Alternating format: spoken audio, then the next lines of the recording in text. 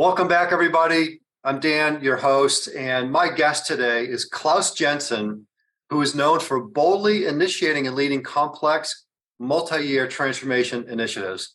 He has a PhD in computer science. He's got 17 patents to his name, and he broke a Guinness World Record as a teenager. Very fascinating. Somehow he's found time also to publish 6 books, including the most recent, Digital Transformation for Dummies, which I highly recommend. It's part of the For Dummies series at Wiley. Along his career journey, he has been a brilliant architect, a CTO, a CIO, a chief digital officer, and now is the chief innovation officer of Teladoc, where he has all those functions, plus R&D, plus product, and more reporting to him. So today I'm excited to unpack Claus's playbook, as well as his unique leadership mindset and his philosophies. Let's jump in and start off with one of the expressions Claus frequently uses with his teams, which is related to the pink elephant. So take it away, Claus. Well, this pink elephant has followed me around for, I think, about 2 decades.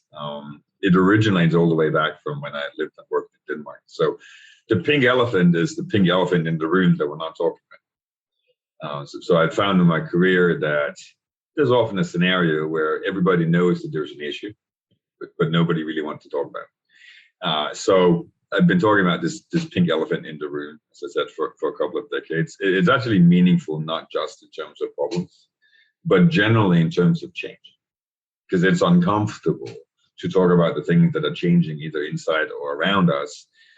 And we have to face the discomfort and talk about the pink elephant. So I've taken to putting pink elephants on slides and whatnot, right, to indicate that there's something here that's a little bit uncomfortable, but let's talk about it. Definitely gets your attention, and it's better than the elephant in the room, right? It really pops. So I mean, my little icon is a pink elephant that looks cute, has blue eyes and little wings. So it's like some combination of pink elephant and Dumbo. Apparently, my teams think that's hilarious because if you look at the background behind me, I actually have a framed picture of pink elephant that one of my earlier teams gave me as a partner gift. I love it. Well, you've got a lot of great leadership expressions. Another one, which I think really speaks to, how do we have a prayer of being successful today with the speed and complexity of business? And we can't go it alone. And you know that more than anybody. But you talk a lot about the power of us. What does that mean in your world, Claus? It's about how much more value we can deliver through our combined efforts. It's about how do you make sure that we collectively show up as a team in a way where 2 + 2 becomes much more than 4. I sometimes say 27, just to not say 5. It's really all about taking a leap of faith. I mean, one of the first things that I put on the agenda in a conversation I have with a new team when I land in some place is that if we have an agenda of change, we have to start with taking a leap of faith. Says this can be done. It must be done, and it will be done. That's actually a leap of faith, because you have to believe that that's something you can actually do. And when you're solving hard problems, then you have to get people to work together to solve the hard problems, because that's the nature of the problems. So it requires the belief that it can be done. It requires a different approach, usually, to thinking about the problem. And it certainly requires a different way of working together. So the power of us expresses all of that and more. Yeah. And I've seen that in play in two of your past companies. And it's an amazing thing to watch, that force multiplier effect from the power of us. And, Claus, I mentioned in your introduction that you have an ability to inspire people in different ways. You inspire people to think different. You inspire people to ask a different question. Turn the Rubik's Cube a half turn and see things from a different light. I prepare more for you. I think more differently when I'm with you, which I appreciate those times. But what was your inspiration for that? Can you see something in your past that helped you get there? I don't think it's one thing. I think it's a number of aha moments that if you watch carefully and if you're willing to look at yourself, you find in your career. I have a handful at the moment that I think brought me to be, in a different place than I would have been otherwise. All the way from the choices we made early in our careers in terms of what we did in college and how we showed up when we got to work. But it is a saying out there, which I think to a degree has been my inspiration, at least the last decade. It's that allegedly Henry Ford quote, where he said, if I'd asked people what they wanted, they would have said faster horses. And the trick here is to not ask for faster horses. How do you find a different perspective that isn't the faster horse? Take healthcare as an example. Faster horses would be shorter wait times, more access to physicians. It would be, better integration of data. Those are all meaningful statements, but are they fundamentally going to transform healthcare? Probably not. I mean, it's going to be more of the same. It's going to be better, but it's not actually a transformational journey. So the trick here is, how do we figure out what the right questions are that are not asking for faster horses? Yeah, I definitely want to double click on Teladoc here in a couple of minutes in terms of how you're rethinking healthcare and how we're going to come out of this with an automobile and not faster horses. But before I get there, I want to get to one of my favorite topics with you. And I'm going to preface it by going back to an earlier podcast with Larry Quinlan, who you probably know. And, Larry is amazing. And he always talks about everyone needs to be famous for something. And I push back. I'm like, well, it's easy for you as the global CIO of Deloitte with 10,000 people. But he really talked about how every individual has an opportunity to do that. You talk about it similarly. You talk about it in terms of knowing your superpower. Yep. So, Claus, I'm just curious if you can share, I don't know, what this means. What's it look like? How does it elevate people and cultures? What's yours? What's your superpower? It's a good question. So why don't I tell a story around how I got to realize that A was important and B actually what mine was. Perfect. So this was back in my Edna days. So it's a while ago, maybe 6-7 years. And I'd been an executive, a senior executive, for more than a decade at that point in time. And I was pretty sure that I knew what my value proposition was. I mean, what is it actually that makes me when I get into an environment and the jobs that I take. So I got an executive coach. It was a program. And this woman, wonderful woman, was actually a ex-TV and radio producer turned executive coach. So her take on coaching was a little different, because she basically sat down with you and had a conversation about, let us figure out how to produce you.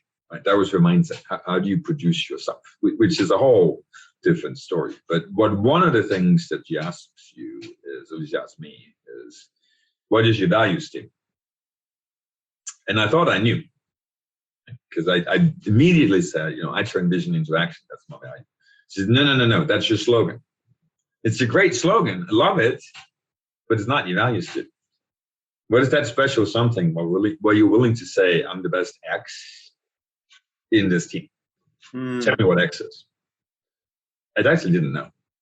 It wasn't that I didn't have a lot of things that I knew I was good at. But if I had to pick one, what would then one word actually be? So to me, the value of that became, if you're that clear on what is that one thing you bring to a team that's unique to you, you have all of a sudden the ability to tell people, and they will know more about you. You have the ability to rally around that value proposition and choose how to spend your time accordingly. It just, in my experience, becomes a very different dynamic. So once I found out what mine was, I actually lived it actively ever since. And it took me 6 months, which is a very, very long time for me. I rarely take 6 months in much of anything, but it actually took me 6 months to come up with that one word that I was truly comfortable with. So my word is synthesizer. I'm just really good at taking lots of bits and pieces that to other people may not look like it's a whole. I can synthesize and I can spit out a story, a picture, a structure, depending on what I put on my architect hat or my storyteller hat, that represents this is what all those different pieces mean. And it's super useful to be that clear on it, because it helped me work with my own team and the people around me. Yeah, I think that's allowed you, Klaus, to see patterns, to articulate visions, with clarity, because you can take like I'm looking over your shoulder at this cool whiteboard, and it's obviously it gets a lot of work, and you're a big brain at work there, but your ability to then synthesize big, complex things really helps your people see your vision. And the fact that I know that's my value add lets me make the choices on how I spend my time. Yeah, yeah. So my challenge to our audience is start that process. The holidays are coming up, and start that process. Come up with that word. If you have a coach, great. If not, find a mentor and go through that work because it's so valuable. Plus, I want to talk about Teladoc. Fascinating company. I honestly didn't know the company until you went there, and then I became a quick study. But what you're doing there is fascinating. What you do as an organization is really, really important to society and what we refer to as the healthcare system, which we'll get to in a minute. But let's listen in. I've got a mystery questioner that is going to help us start to unpack this a little bit. So let's listen in. Tell us who this is, and then have some fun with the question.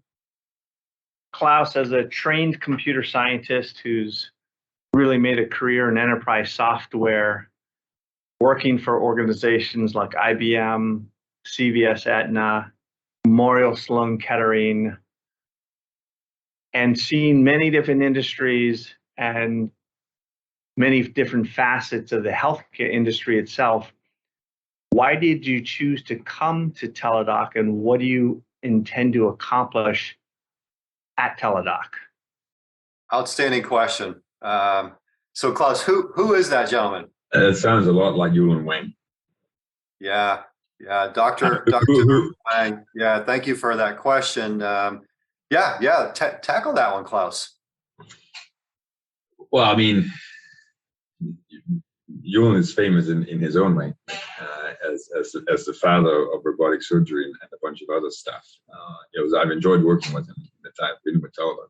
So why did I join? I think some of us get to have the luxury when we get to the later parts of our careers of being, I wouldn't say picky, I think that's the wrong word, but being choosy in terms of where we choose to spend our time. We spend a lot of hours at work. And for many slash most of us, it comes down to that work being meaningful. But what's meaningful to one person is not necessarily meaningful to another person. So what's meaningful to me has for a long time been the ability to leave behind a better team, a better institution, and a better world. And to a lot of people, that's a cliche. But it isn't actually a cliche to me. I've been by the healthcare buck, I'm not going to deny. I mean, I've found, I think, my calling in healthcare when it dawned on me that my family of doctors, nurses, etc., had always been telling me, when you're going to be doing something useful, I actually do something very useful at a scale that few people get to address through these kinds of roles. So why Teladoc?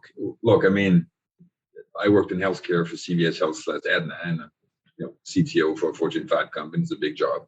Why would I go take a role with an academic medical center? Totally different trajectory of career, because they needed someone to think through how do you combine technology science and clinical science to make cancer care better. And we've all had cancer close to our families. I remember when my granddad died when I was 13 from cancer. I was like, all of a sudden overnight, and we've all had those kinds of impacts. So it was time to go try to fix that. Teladoc was the same kind of reason, but more tailored around the notion that we've had one particular model of healthcare, which is highly specialized, and which gave us the Memorial Sloan Ketterings of the world. That is where you want to go if you have a difficult case of cancer. But it also made the system somewhat disconnected. It sort of eliminated that feeling of us in terms of how we deliver care. And what Teladoc does is based on trying to give people acute episodic, aka Gen Med, you need a doctor now, so go see a doctor, primary care, chronic conditions, and mental health. That actually makes up about 80% of healthcare, certainly 80% of the effect of healthcare in people's lives. And there's just no one that has put it together in a meaningful fashion that is truly holistically integrated. Like we talk about whole person care. Sometimes when the market talks about whole person care, they mean we've got different services and that's the whole person care model. I don't think that's the problem. The problem is, how do you actually truly integrate those different services to something that feels like it's for me as a whole person? It's a little different than being able to put the pieces together in a care plan. So it's all about transformation through integration. Most people will think of integration as being kind of boring. The peculiar thing about healthcare is integration in healthcare, if it's really matter to the individual that gets care, is actually transformation. Because for 100 years, we've not been able to do that. It's something I call the village doctor's paradox, that I want the village doctor experience, but I also want modern medicine. And for a century, I have not been able to get both. So good, so good. And we'll definitely want to get into your village doctor paradox, if not here today, through our blog together. So Claus, and first of all, just Dr. Wang, thank you for taking the time and being so enthusiastic to do this with Claus and I. And as you said, Claus, I did some research back in 1990. He started the company that was the pioneer in this whole surgical robotics. They had the first voice-controlled robotic arm. I mean, it's just staggering the kind of people that you have there on your team. And so, Claus, we're all maybe not all of us are in healthcare, but we're all patients. So I'm very interested. Is Teladoc a disruptor? Is Teladoc complementary? How should we think about it from that vantage point? It's a great question. It is actually a healthcare strategy, business strategy, and I think philosophy question that you have to answer. What is the role that you want to have in the greater healthcare ecosystem? You see a lot of people talking about the fact that the healthcare system is broken. I think I've indicated that I agree that it needs improvement. But you can draw many conclusions from broken as a word. Some people draw the conclusion I have to replace the system. Interestingly, I would say, based on having worked in all kinds of healthcare, all parts of healthcare, and I've seen pretty much all parts except for the big pharma companies, I think that's just moving the problem. If the problem is to create a more meaningful, more personal, more connected healthcare experience, if you truly want to crack the code on the village doctor's paradox, you can't just create a different, distinct system connected to everything else. That doesn't actually solve the problem, it just moves it. It may even make it worse, because now you have more disconnected things that aren't talking to each other. So if that's not the answer, then the traditional definition of disruption, which is replacement of old, doesn't apply. Gotcha. It's also not just incremental, because I did say that I think that you have to have a different mindset around integration. I do believe it's transformational. So incremental doesn't really work either. The word I like to use is amplify. Okay. We are amplifying the larger healthcare ecosystem. We're adding things that don't exist, but we're also making everybody else's services better and better together. So it's really all about the power of us, but now applied to the healthcare ecosystem, not just applied to management. Powerful, powerful. Claus, these are big topics. These are sometimes hard to get your arms around, and you're known as being a great communicator, a great storyteller. You've focused a lot on that over the years. As a profession, we're pretty lousy at it, and we've talked a lot about that in this podcast before. But do you have a story, a way of telling the story in terms of what you're all about? I think the way I would describe it is, I was inspired years ago by something that had nothing to do with healthcare. It's a video, you can find it on YouTube. It's called A Day Made of Glass. It's produced by Corning, who's a glass manufacturer, and you probably wouldn't know them, but if you carry around a smartphone, they were the original inventors plus producers of Gorilla Glass, which is what actually makes the glass in our phone not as breakable as glass would normally be. There's a whole story behind how they got into that. But they faced a problem, which was, how on earth do we tell the story about what we do? You can tell a story that has to do with all kinds of stuff around, okay, we produce glass, it has these characteristics, these are the technical specifications, this is how unbreakable it is, and there's all kinds of stuff, right, from cooktops to the Gorilla Glass in your phones, to what you put in armored cars. I mean, that's fine, but it's not something you can relate to, right? It's not humanized. It is a production story by a production company. And it probably won't resonate with people to make them realize how important conning is to society. So they didn't want to do that. They wanted to tell the story of how glass matters in people's lives. So they created a video that showcased the different kinds of glass, but in the context of, this is how you could live your life. What's interesting about it is that most of what they showcased in that video, while not yet mainstream, actually the technology exists to do what the video says. So they were sort of on the edge of what you could call science fiction. It wasn't truly science fiction because it was sort of current science, but taken to a degree of commercialization and embodied in people's lives that wasn't quite real. So they were dreaming a little bit. I think of that as being ambient solutions. I like the word ambient because it implies that these solutions are just embedded in the environment around you. They're there at your fingertips when you need them, but they're not intrusive when you don't. Isn't that a wonderful vision for what healthcare could be? In addition to solving the village doctor's paradox, making it more meaningful, feeling like you have a partner for life. If on top of that, you can make healthcare solutions increasingly ambient, so they're just present when you need them, that's a powerful paradigm. Now, it's not easy, and we'll get back to how you get there and what you actually need to do. But if you want one story about what it looks like, just a true story. It happens to be from our chronic condition management portfolio. So imagine, nobody's identifiable here, so I'm not breaking any rules, right? But imagine that you have a young mother who's a newly diagnosed diabetic, which means it's hard to control. That's actually how diabetes works. It means you gotta watch it. She's driving down the highway somewhere in the U.S. With a couple of babies in the back of the car, no other adults around, and she starts not feeling well, feeling dizzy.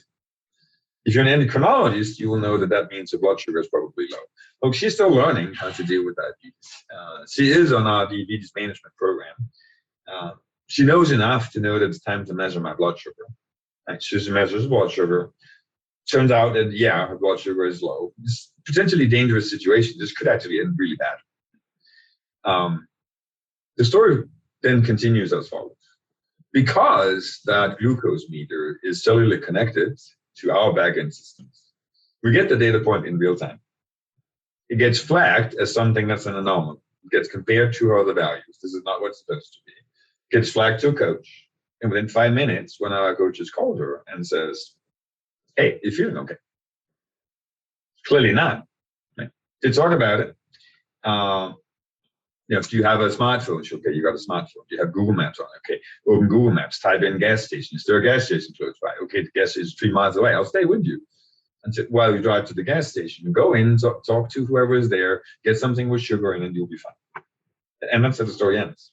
Nothing bad happened because there was an ambient presence of a solution to her diabetes condition that was meaningful in context and that took care of her, without her needing to be necessarily consciously aware of all things she had to do. If you can lower the barriers of consumption because these solutions exist in ambient fashion, I do think that will change the game of what it means to consume healthcare.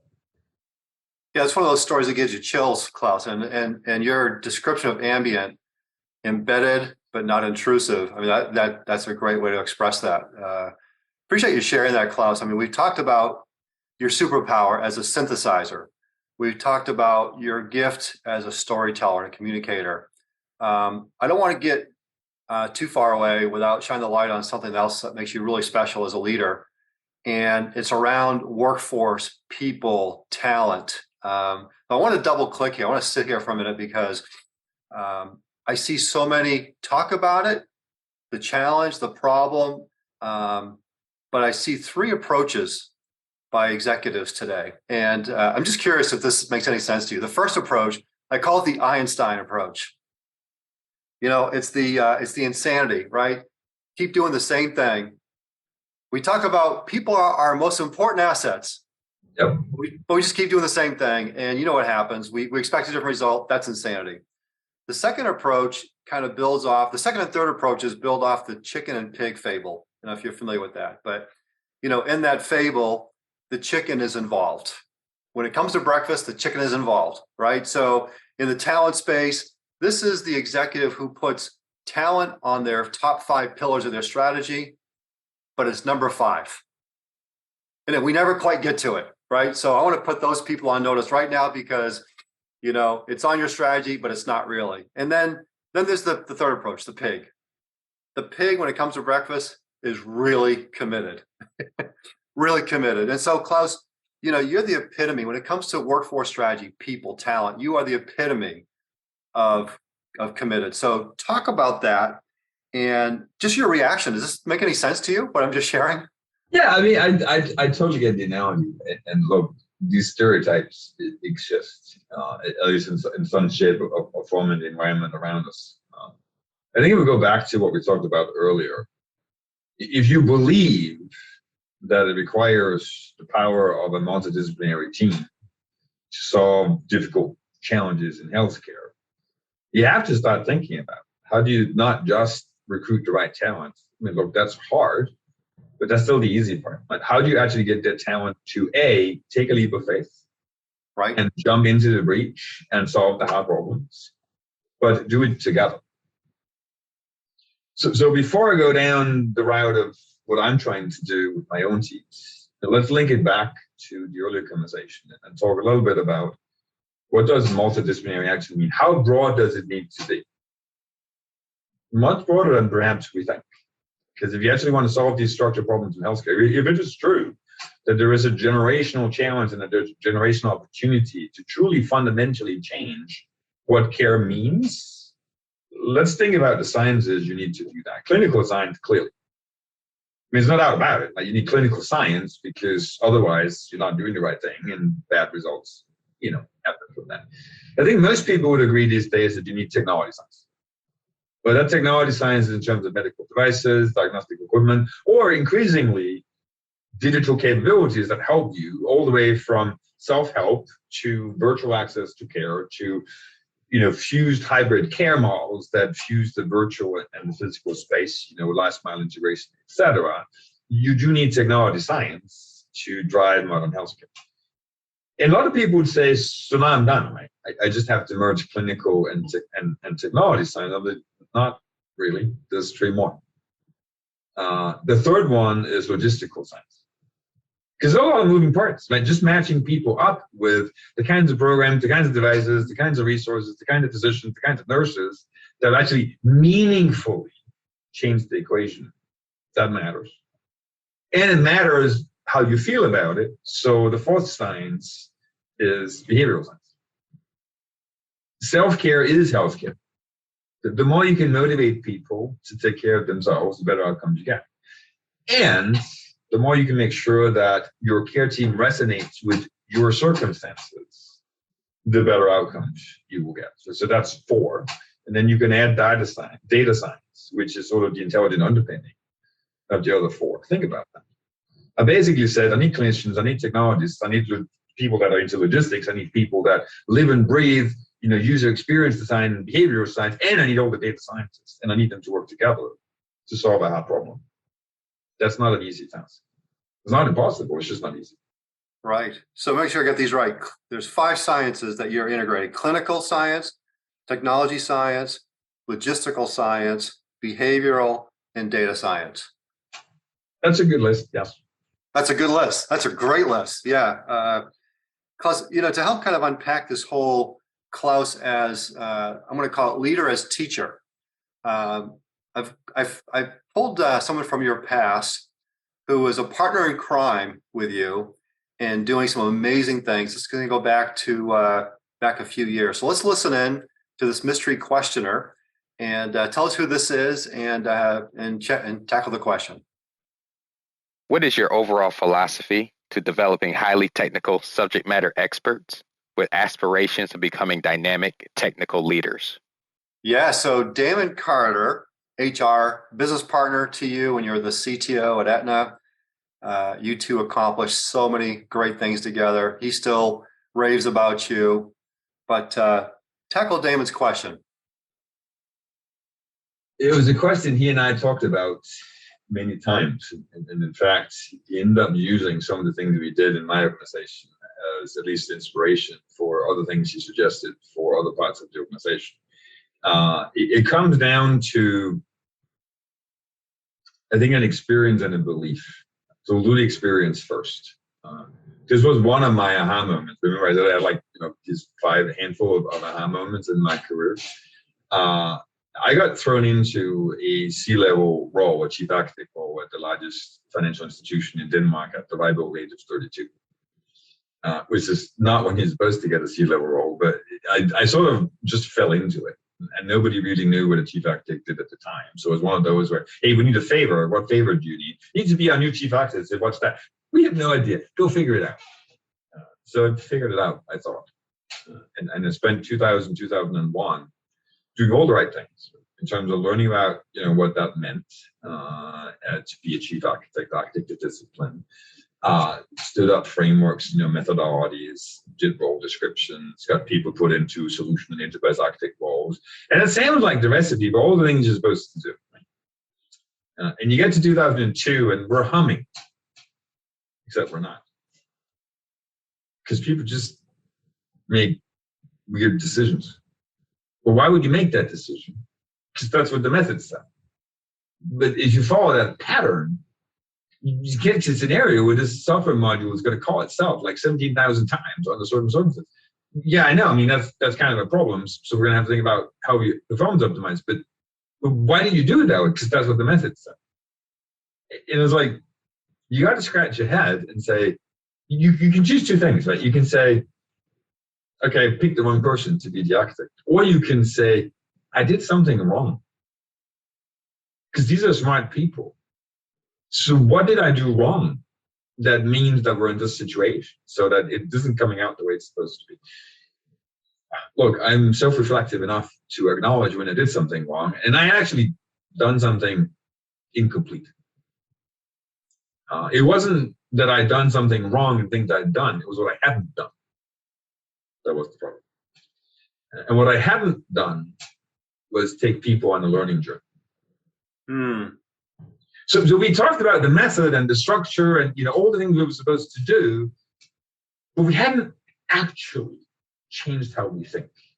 So we were going by the method, not by the unconsciously competent understanding of what it meant to architect and design large complex systems and solutions. Yeah.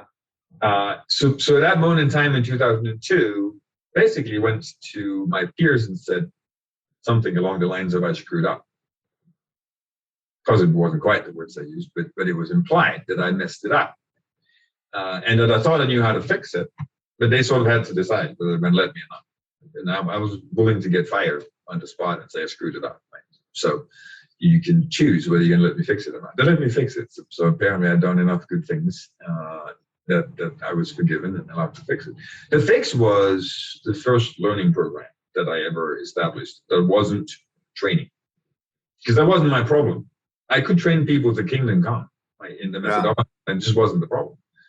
It was the internalized learning of what it means, why it means, and the whole jumping into the breach and do battle understanding of what it actually meant to have the roles that people had. So it's sort of a different kind of program. And it is the first time back in 2002, and then, ran that at Danske Bank. It was not as comprehensive as what I did later, but it was a pivotal moment where I realized that you need a learning program that lets people actually internalize the thought model behind what it is you're trying to do. So that's the root of a philosophy that believes that learning is important. And that as a senior executive, one of my most important duties is to sponsor and establish not training programs, other people can do that, but learning programs. And it's where I spent a fairly significant amount of my own personal time to actually run a structured program, which it is by now, right? It's like a playbook that takes you through 5 topics that are centered around how do we change our perception of what we do, how do we change how we think, and how do we change how we influence people around us. And the textbook will tell you that we have to change how we think first, and then we can change what we do. And in practical terms, that never worked for me. Right? So I've always done it the other way around. We start talking about how our jobs changed, and then we'll sort of lead ourselves into what that means in terms of thinking differently and influencing differently. So, we can talk about the components of that, but there's this whole structured program approach I've taken to not training but learning. And Claus, that's something I really want our leaders to really pay attention to, because it's a step that we skip, in today's busyness and go. But I think it's at our own peril. And not only do you have the commitment, not only do you jump in to these learning programs, I think when I talked to you back in the middle part of this year, you'd already logged more frequent flyer miles than anybody I knew, because you were going out to every site, every location, and leading these learning sessions. Is my memory right? No, your memory is correct. Look, it's all about taking a leap of faith. I mean, I live my own values. So my leap of faith is, if I believe that the learning program is important, and I believe that this is a crucial value to my organization, I have to be willing to jump into a plane and fly to my major hubs and lead in this case, a one-day conversation about the topic of this semester. Right? So this is a structured learning journey, so think semesters, and there's like 5 of them. Each semester starts with a one-day kickoff, which is a structured conversation. Yes, I bring slides, but it's more about the dialogue. And if you witness 2, you'll see that they're actually different, because they depend on the dynamic interaction in the room. So it's very much joint learning. I learned something from it as well. So if it's that important, and I truly believe it, then my leap of faith is I'm willing to spend my time going to all of my major hubs, which is like 7 or 8 of them, and basically do this, as well as run a virtual session where I also do a kickoff for the team that can't be in person. So spend a lot of time in airplanes on 6-month cycles, because the semester is about 6 months. Yeah, it's and embedded in there is an ongoing. It's not a one and done, check the box, move on. It's not a one and done. The philosophy behind the learning program is that we spend a semester learning, and that's the kickoff, and then there's a structured learning program where you can start practicing some of the things we talked about. Then you spend the next semester, you learn the next topic, but you practice the topic that we had in the prior semester.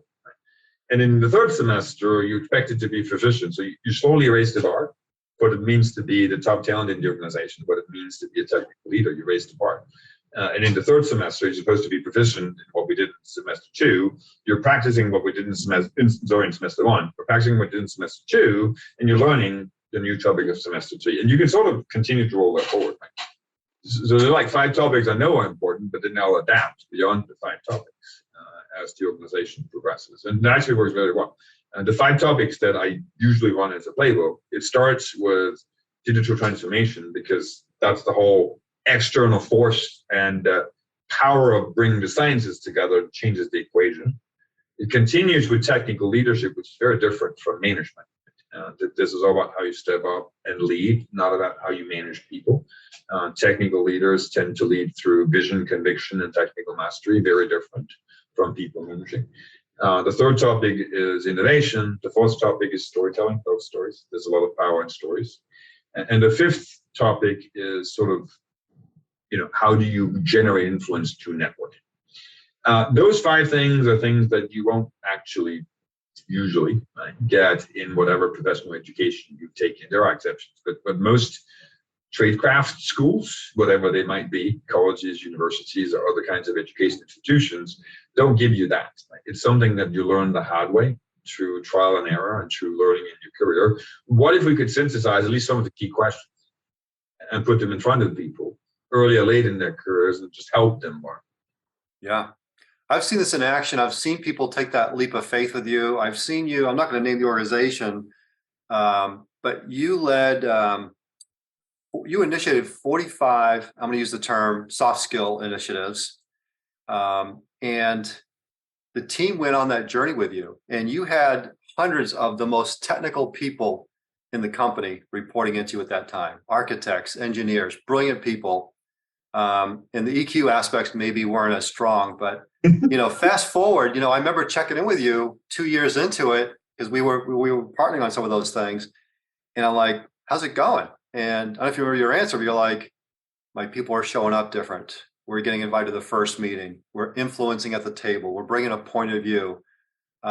And by the way, they're as technically savvy as they've always been because they do that on their own." Is that? Am I hitting the right that's the right gist of it. Look, I don't think I need to teach people how to be great professionals. They know how to be great professionals. Right? That's why the church did, and then basically the background that they have. But I can possibly help them is become more than that. Yeah. And step into a different kind of leadership. I think the most important metric for whether you're succeeding with a learning program is what people tell you when you're far enough into the learning program.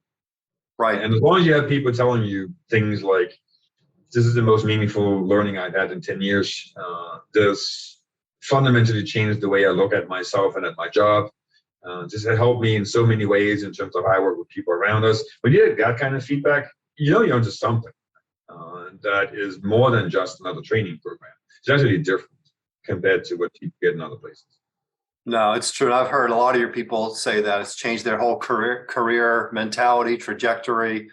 And one thing people don't realize, Claus, is I mentioned in the introduction, you've published half a dozen books, 4 of them in the 4 Dummies series with Wiley, and highly recommend. The last one was I think was it the Digital Transformation for Dummies?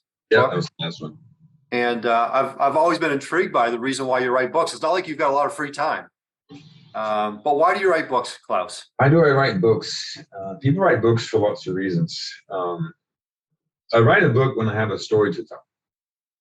And primarily a story to tell to my own team, my own company, my own organization. That is exactly opposite of why most people write books. Right? Most people write books because they want to share something with people outside. I'm like, why don't I start with writing books about the things that are truly important to the internal conversation? Yes, I will use them for external communication as well, but it's a way of codifying something really important and succinct that represents part of the learning journey.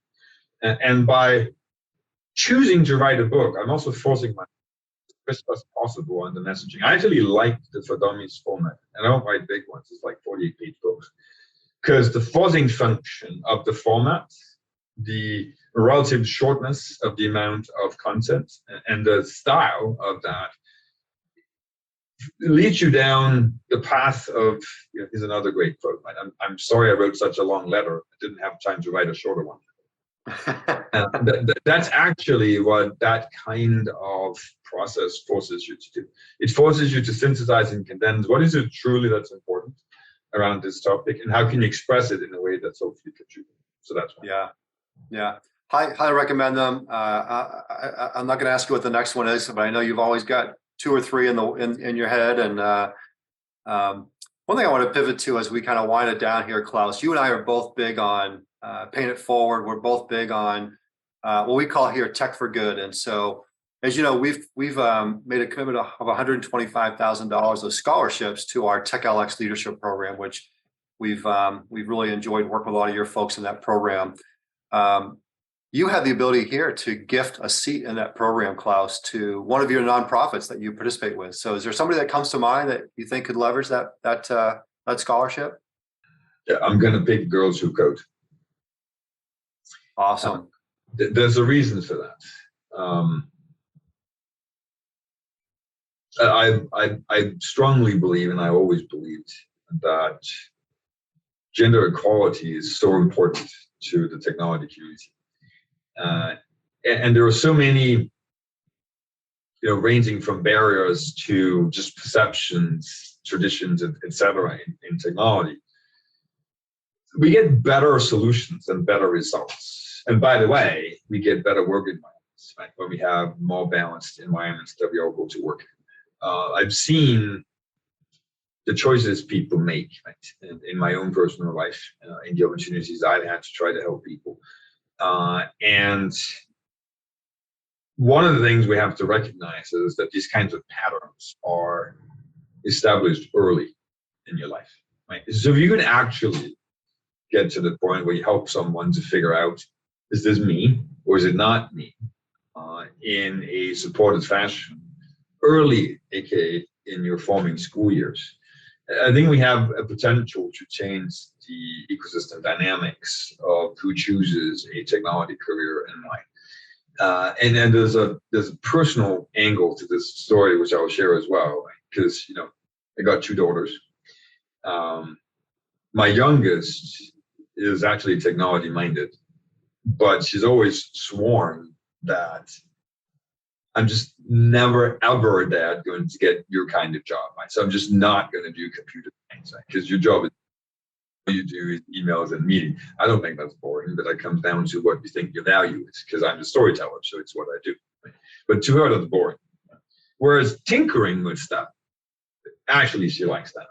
And she figured out in high school that she likes tinkering with technology. But she had sworn off computer science. That was just never going to happen. But she did get just enough impression in high school of, she took a computer science class, which taught her a little bit about computers and coding. She went off to college in Boston. And she now picked her major, which is a combination major of computer science and philosophy. It's not actually a double major, it's a combination major. So she didn't give up on her deep belief that there's a human component to technology that she didn't think her dad was necessarily expressing through meetings and emails, so that wasn't cool. She also didn't give up on the itch that she really wants to do some hands-on technology work. So that's her choice. I think she's a good example of the fact that if you expose people to choices and options in a different way, sometimes they end up in a different path than they thought they would. So I would just round out that part with that person's story. I love that story. I've never heard that before, Klaus, and I know your daughters are brilliant, and I wish them well. And Girls Who Code is an amazing organization. We've had others gift scholarships to them, so it's a great call. And Klaus, our time is kind of winding down here, but the good news is we're gonna chat some more offline. We're gonna write a blog and post that next week on CIO.com. And I want to go more into those 5 sciences. Very intrigued by kind of unpacking that with you. I want to talk more about the village doctor paradox and what that means. And we didn't have a chance to unpack your chief innovation officer role today, so I want to do that in the article too. But Klaus, we've done this many times. Always a joy. I always look forward to it. And thanks for being a great teacher, building learning organizations, and sharing your wisdom with our audience. My absolute pleasure, and thanks for the opportunity.